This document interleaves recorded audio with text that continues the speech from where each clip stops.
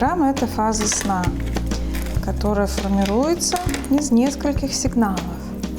Одним из сигналов – это активность головного мозга, форма волны определенных участков, как они меняются, эта волна меняется. И далее идут движения глазных яблок, отсюда REM сон, Rapid Eye Movement. Все это определяется путем снятия вот этих сигналов. Это мозг нашей системы, сама полисомнографическая система крепится вот здесь. И все уже датчики этой системы вставляются в эти порты. Датчиков в зависимости от цели исследования может быть много. Основные датчики – это датчики, которые мы устанавливаем на голове. Они пишут у нас гипнограмму. Это происходит на дому. Приезжает медсестра на дом, либо врач иногда, в зависимости от цели исследования, устанавливает диагностическую систему прямо в тех условиях для пациента, чтобы у него дома, чтобы были максимально адаптированные. Вот этот не менее важный датчик – это датчик храпа. Неполный комплект, но вот так приблизительно выглядит диагностическая система. Устанавливаются еще штучки 4 датчика, пульсоксиметр, движение грудной клетки и электроды для записи кардиограммы. Как дома, засыпаем. Не надо волноваться, система предназначена для диагностики сна, достаточно длинные электроды, они установлены очень крепко, можете переворачиваться на другой бок. В принципе, все сигналы будут записаны адекватно.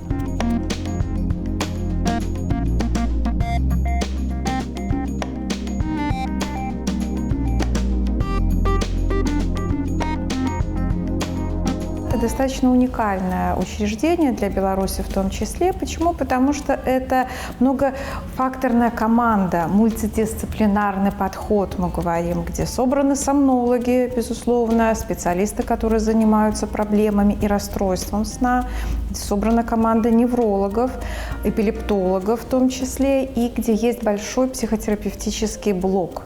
То есть очень много психотерапевтов, которые работают именно с особенностями пациентов, у которых есть расстройство сна. Где мы попытались собрать тех специалистов, к которым приходят пациенты, когда они испытывают какие-то проблемы со сном, поскольку, правда, это неизвестно, куда идти. То ли к терапевту, то ли к неврологу, то ли, к кому обращаться. Очень много патологий, и мы попытались сделать вот такой единый подход. Сон – это уникальный процесс, который каждый из нас испытывает, который испытывают многие животные, млекопитающие в том числе. Это то, что генетически детерминированный процесс, это наша физиология. Это то, где мы проводим 1/3 нашей жизни. Казалось бы, 8 часов как минимум человек спит. И это то, что необходимо для существования в дневное время суток, поскольку люди – это дневные, будем говорить, особи, когда мы функционируем, и наша жизнедеятельность основная днем. Отдых, но я бы не сказала, что головной мозг именно отдыхает во время сна. Нет, активность его сохраняется, происходит очень много физиологических процессов, которые разворачиваются как в медленно-волновой фазе сна для восстановления нашего биологического тела, как я говорю. И второе – это парадоксальный сон, REM-сон, где восстанавливается психическая наша реальность, и разрядка в том числе происходит, когда нам снятся сновидения, когда происходит консолидация памяти, много других психических процессов и пластических процессов в плане нейронов. Отсюда и сомнология. Сомно – это сон, логос – наука. То есть это та отрасль медицины, которая занимается проблемами, связанными со сном. Нельзя сказать, что сон важнее, чем дыхание. Нет, без сна человек не сможет существовать. То есть достаточно 3 ночи депривации сна, тотального лишения сна, чтобы уже начались необратимые процессы как психики, так и физиологии человека, к сожалению. Во время сна работает все. То есть мы не можем сказать, что что-то пропадает либо умирает. Многим учениям хотелось бы думать, Есть такие племена, которые считают, что человек на самом деле умирает, и во время сна его душа улетает, и они практикуют непродолжительный сон по 20 минут, это племена Пираху, чтобы так немножко вздремнуть, но успеть вернуться. В первую половину ночи нужно восстановить наше тело, поэтому медленно-волновой сон доминирует. Потом потихоньку удлиняется REM-сон к утру, и поэтому мы и запоминаем сновидение ближе к утру, когда уже эффективность и процентное соотношение каждой фазы меняется.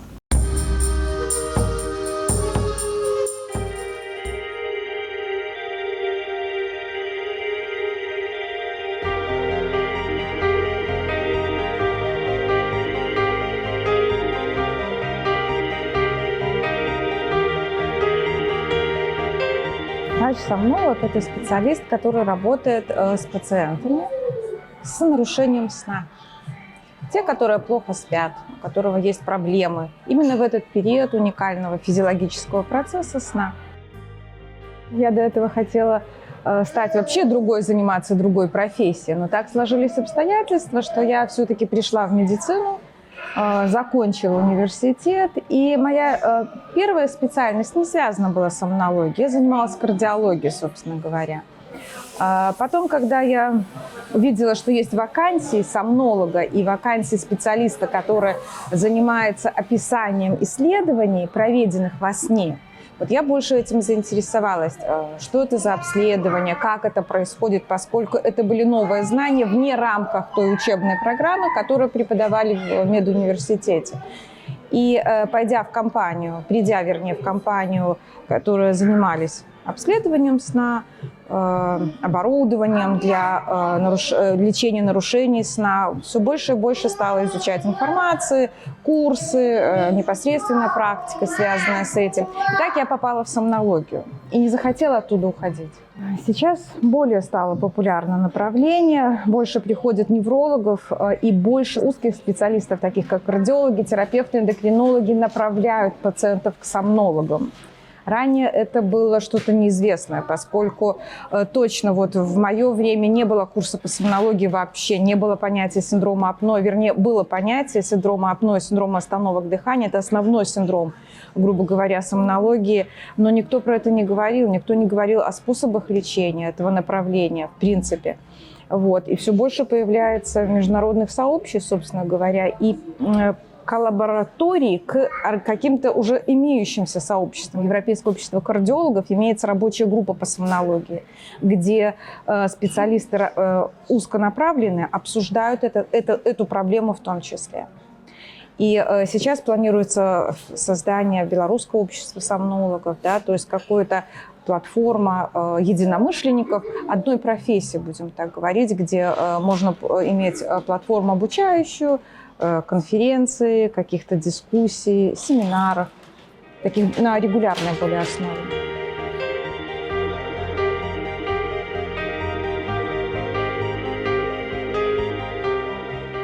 Если я не высыпаю 9-10 часов, то утро у меня будет очень плохим. Первую половину дня я работаю без пациентов, у меня другая специальность есть, где можно выпить кофе, включить музыку и заниматься своей работой. Когда не приходят пациенты на консультацию. Для меня это очень большое благо, поскольку пока я раскачаюсь с утра при недосыпании, то я очень злой человек. И не всегда приятно вступать в контакт в этот период. А потом уже ты раскочегарился, ты выпил кофе, ты вошел в ритм, уже тогда как бы полегче. Если большое количество часов я отрабатываю в день, то, безусловно, это со временем приводит к выгоранию. И плюс пациенту рознь. Одному пациенту ты отдаешь чуть-чуть энергии, да, достаточно простой вопрос решаешь. Есть пациенты, когда ты выкладываешься за эти же полчаса в 3-4 раза больше. И это тоже это не учитывается нигде, но это дает определенную нагрузку. И уже выгорание, я стараюсь несколько раз в год брать отпуск обязательно, допустим, 3 раза или 4 раза. И уже к следующему отпуску я понимаю, что то ли нужно сократить объем работы, то ли каким-то образом облегчить его. Потому что, правда, это непросто.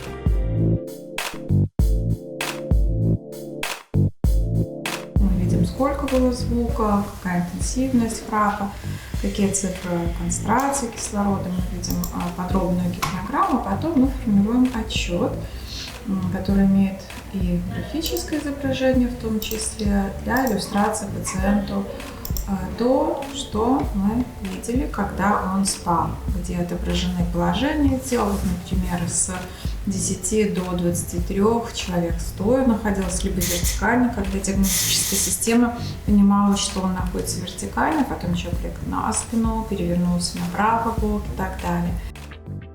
У меня какая-то была такой интерес, больше обусловлен каким-то уважением к докторам.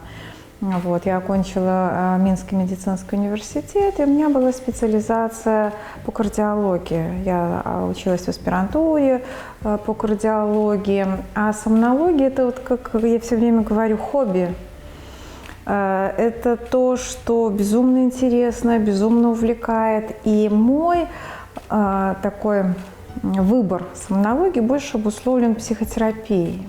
Но в традиционной сомнологии я больше занимаюсь, конечно, расстройствами дыхания, то есть это синдромом апноэ, коррекция, лечение синдрома апноэ, поскольку это очень коморбидно с кардиологическими пациентами. Когда ты видишь и можешь закрыть полностью вопрос, да? То есть диагностическую стратегию для пациента выстроить, лечебную поддержку со стороны кардиологии, плюс еще скомпенсировать апноэ. Это правда здорово, когда специалисты смежных специальностей работают в сомнологии в одной команде. Востребовано, очень востребовано, поскольку очень много пациентов с неврозами, которые испытывают расстройство сна, это бессонница, вот, это весь инсомнический спектр. В том числе, и это очень большая проблема и современного общества, и современного белорусского общества в том числе. Вот. И много пациентов с храпом на самом деле, и сомнологи всегда востребованы были, есть и будут, на мой взгляд. Вообще, вот, история полисомнографической системы крайне интересная. Клейтман и Озеринский. Это нейрофизиологи, которые накинули электроды на голову кошки и заметили, что у нее разная активность головного мозга в разные фазы сна. И стали изучать на основании того, что вот как была открыта активность головного мозга, когда мы говорим, что медленно-волновой и быстро-волновой сон.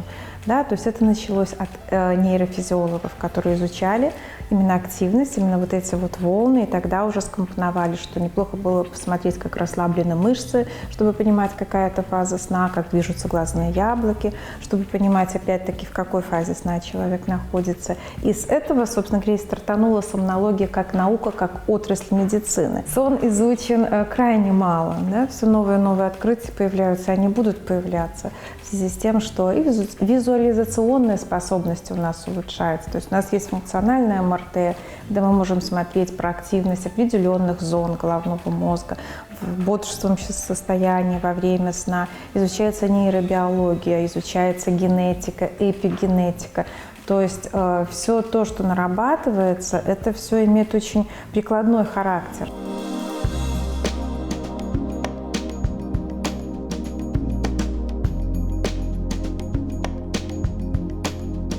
Сомнология-то и стартанула из-за того, что открываются новые и новые нейротрансмиттеры, то есть те вещества в головном мозге, которые регулируют взаимодействие определенных зон и видов нейронов. И чем больше открывается вот этих молекул, чем больше изучается функциональная активность определенных участков, структур сна, каких-то областей головного мозга, лимбической системы в том числе, тем больше мы нового будем узнавать в теории наступления сна, в теории, например, почему происходит смена сна, бодрствования. Вот недавно же, ну не недавно, наверное, лет 5 Нобеля получили именно те генетики, которые открыли ген, который кодирует белок, который циклично меняется у мушки дрозофилы в течение суток. То есть они заглянули в биологические часы, как мы говорим, в том числе. Вообще наступление сна происходит под действием 3 факторов, 3 компонента. Первый – это температурный компонент, второй – это уровень мелатонина, и третий – это уровень кортизола. То есть кортизол идет на спад, мелатонин начинает стартовать, синтез доходит до своего пика, происходит наступление, как бы завершение фазы бодрствования, наступление фазы сна, и температура тоже опускается вместе с кортизолом. То есть вот эти 3 кривые циклически меняются и обуславливают то, что происходит засыпание человека. Человек должен спать в холоде. Это максимально адаптированное условие, когда при снижении температуры окружающей среды усугубляется снижение температуры нашего тела, а это способствует тому, что фаза сна наступит быстрее и полноценнее. снижении, будем так говорить. То есть температура – это один из 3 вот этих кривых, про которые я говорила, когда происходит засыпание. Вот это вот охлаждение лобных долей способствует тому, что сон наступит быстрее. Поэтому рекомендуют проветренное помещение, помещение темное, затененное, шторы, да, то есть чтобы не было источников шума, света и жары, соответственно. Когда мы говорим про проблемы сомнологии, какие проблемы решают сомнологи, то мы, безусловно, попадаем в несколько рубрик. Одна из рубрик, наиболее такая распространенная, это расстройство дыхания во сне. Это храп и то, что за ним следует, остановка апноэ, СОАС, синдром обструктивного апноэ. Обструктивное – это механическое, когда глотка схлопывается на какое-то время, и если это время более чем 10 секунд, это уже признается остановкой. И если этих остановок больше, чем 5 в час, мы говорим, что это уже синдром апноэ, синдром остановок дыхания во сне. И наиболее распространенная проблема, с которой работают сомнологи, 70% времени, опять-таки в зависимости от специализации сомнолога. Этих остановок бывает крайне много, 40-60 в час. То есть каждую минуту у человека происходит задержка дыхания. Причем концентрация кислорода его падает. Наверное, самое минимальное, что я видела, это 42%. То есть при снижении концентрации к 80 человек уже может посинеть, если это он днем и внезапно возникшее состояние. Но когда человек лежит во сне, он же не резко начинает храпеть и, грубо говоря, останавливать дыхание. Ведь он к этому идет путем своего накопления избыточной массы тела, анатомические особенности у некоторых, так что дыхательные пути имеют такую анатомию, что она склонна к вот этому избыточному спадению, задержанному такому варианту схлопывания. И все это происходит постепенно, но все это усугубляется. Плюс усугубляется алкоголь на ночь, мышцы максимально расслаблены. Позиционно, когда человек лежит на спине, корень языка заваливается, мышцы максимально расслаблены, глотка схлопывается. Это очень большая проблема. Это правда проблема, которая увеличивает смертность при той же совокупности факторов сердечно-сосудистой, например, системы в десятки раз. Еще в прошлом веке были проведены исследования, крупнейшие исследования по СОАС, по синдрому апноэ, результаты которых продемонстрировали это в том, что, правда, эти пациенты погибают. Они погибают не потому, что не забывают дышать, они погибают потому, что у них случаются жизнеугрожающие нарушения ритма, приводящие к смерти, инфаркты и нарушение мозгового кровообращения, потому что каждый эпизод снижения концентрации кислорода приводит к тому, что организм ведь не просыпаются, они же не вскакивают с этими остановками дыхания пациенты, они подбуживаются, выходят из глубоких фаз сна в поверхностные. Этого достаточно, чтобы открыть дыхательные пути, и тогда организм пытается компенсировать нехватку кислорода тем, что он увеличивает пульс, увеличивает давление, а на обедненной кислородом крови, омывая миокард, происходит усугубление ишемизации, то есть кислородного голодания самой мышцы сердца. Поэтому эта проблема крайне распространена. Процент распространенности у взрослого населения больше, чем 12. Это, например, больше, чем сахарный диабет 2 типа, либо больше, чем бронхиальная астма. И это усугубляет течение сердечно-сосудистой патологии, неврологической патологии в том числе. Когда мы говорим, что если у пациента есть артериальная гипертензия, есть ожирение и есть синдром апноэ, то это уже из X-синдрома, из метаболического синдрома переходит в Z-синдром. То есть риск сердечно-сосудистый намного усугубляется и, к сожалению, смертность. Немножечко вперед. У вас повышение температуры до высоких цифр. Делали МРТ, еще посоветовали сделать энцефалограмму. Кроме температуры, что-то еще жалуется в этот момент? Боли в затылке. И все. Больше ничего. А температура быстро снижается? Относительно кофе-нэп, то есть когда кофейная дрема, да, то есть как работает кофе на вот эти аденозиновые рецепторы тормозящие, он блокирует их, и они затормаживаются, тогда больше активных рецепторов. И когда мы пьем кофе избыточно, пытаясь компенсировать недосып, когда мы нарушаем нашу базовую гигиену сна, этих рецепторов появляется все больше и больше, и тогда нужно делать перерывы. А кофейная дрема именно то, что когда человек дает себе там 20-25 минут отдыха в полной тишине, без яркого света, перед этим выпив кофе, чтобы знав, что через 20 минут она начнет активно действовать, и он уже отдохнувший, хоп, на вот этом вот, на этой волне якобы просыпается, но на самом деле человек не спит. Ну вот когда вот мы говорим про дрему, он не спит, он просто отдыхает. Поэтому очень важно выставлять будильник, чтобы не заснуть там на 2-3 часа, а это усугубит отход. Ну, то есть он не сможет уснуть уже в 11 часов, уснет в 2, и опять-таки мы что делаем? Мы сокращаем наше количество сна, которое нам необходимо. Хронотипы, мы говорим в сомнологии совы и жаворонки, на самом деле только 10% детерминированы генетически. Это больше из того, что передается нам по наследству, вот эта вот традиция семейная. То есть, грубо говоря, если родители совы, то ребенок навряд ли будет жаворонком. Скорее он будет впитывать и интегрировать ту систему представлений, мироздания, ту систему, такого режима дня и отдыха, какие его родители. И он тоже будет совой, скорее всего. Да? Вот. Это про то, что люди разные на самом деле. Но люди могут адаптироваться. Если человек сова, но ему нужно рано вставать, он адаптируется. Да, он будет без удовольствия, например, ложиться там в 9, но если он правильно организовывает свой рабочий день, свой отдых, то он все равно будет количество часов спать, чтобы нормально, адекватно жить и работать, грубо говоря. Но вот когда он попадает в отпуск, он все равно станет совой. Вот, например, вот я люблю работать вечером в 2-3 часа ночи. Это продуктивнее для меня, чем, допустим, встать в 8 и до 10 там статью написать. Нет. Я знаю про себя это, и я не пытаюсь себя перестроить в этом. А сомнология, на мой взгляд, очень благодарная профессия, когда ты можешь сказать человеку, особенно человеку, который находится в неврозе, что твои основные проблемы лежат в твоей психической реальности, и дать старт к тому, чтобы человек сел в кресло психотерапевта. Вот это приносит максимальное удовольствие, когда ты являешься той фигурой. Человек знает про это. Как правило, 90% пациентов прекрасно понимают, откуда бессонница. Да?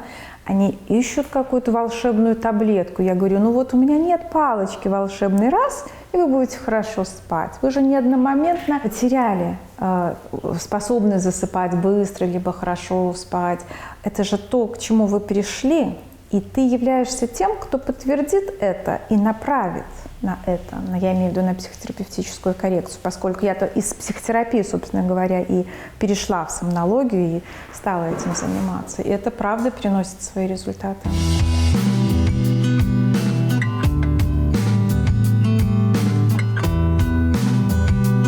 Современный врач, на мой взгляд, должен обладать большим количеством эмпатии и желания помогать. Да, безусловно, человеку и ближнему.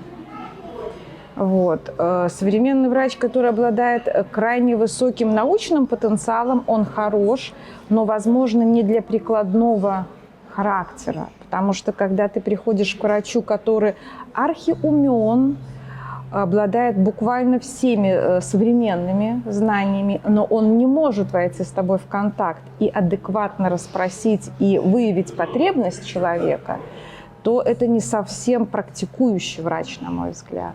Да? А практикующий врач, который умеет построить контакт с пациентом, при необходимости перенаправить к более высококвалифицированному узкому специалисту, потому что врач не может знать одинаково хорошо все отрасли, но вовремя сориентироваться, что происходит. И если это не твоя узкая специальность, то перенаправить коллегам, попросить помощи коллег, узнать второе мнение коллег этой же специальности, на мой взгляд, крайне важно. Врач не имеет права не развиваться. Если ты остановился, то ты можешь навредить, чем помочь. Поскольку современные тенденции, они крайне интенсивны. Меняются подходы, взгляды, даже патогенетические какие-то моменты пересматриваются. Ты все время должен быть на волне. Как только ты перестаешь это делать, то все, ты откатываешься, и ты можешь уже даже навредить, поскольку этот подход уже может быть неприменим. Вот эта возможность помочь, она очень важна, поскольку потребить что-то, мы все потребляем. Но есть еще потребность выделения. Да, и когда ты понимаешь, что ты можешь помочь этому человеку, то ты должен это сделать. Но это какое-то своего рода удовлетворение. Для меня мечта, наверное, работать вне рабочего графика. То есть в то время, когда ты получаешь объем работы и период, за который ты должен ее выполнить, не привязываясь вот к этому рутинному графику с 8 до 2 или с 2 до 8 ты должен быть, хочешь или не хочешь, но твое физическое тело будет сидеть в этом кабинете. Вот это для меня уже тяжело с этим справляться. Я бы хотела больше свободы. Слова Че Гевары у меня в голове: всегда до победы. То есть если ты что-то понял, что ты хочешь, то, пожалуйста, это сделай. Очень тяжело определиться, что ты хочешь на самом деле. Да, не тяжело сделать, понимать аутентичную вот эту потребность, ты понимаешь, что ты хочешь, что нет проблем это сделать. Но найти эту потребность, вот это проблема, на мой взгляд, для меня лично.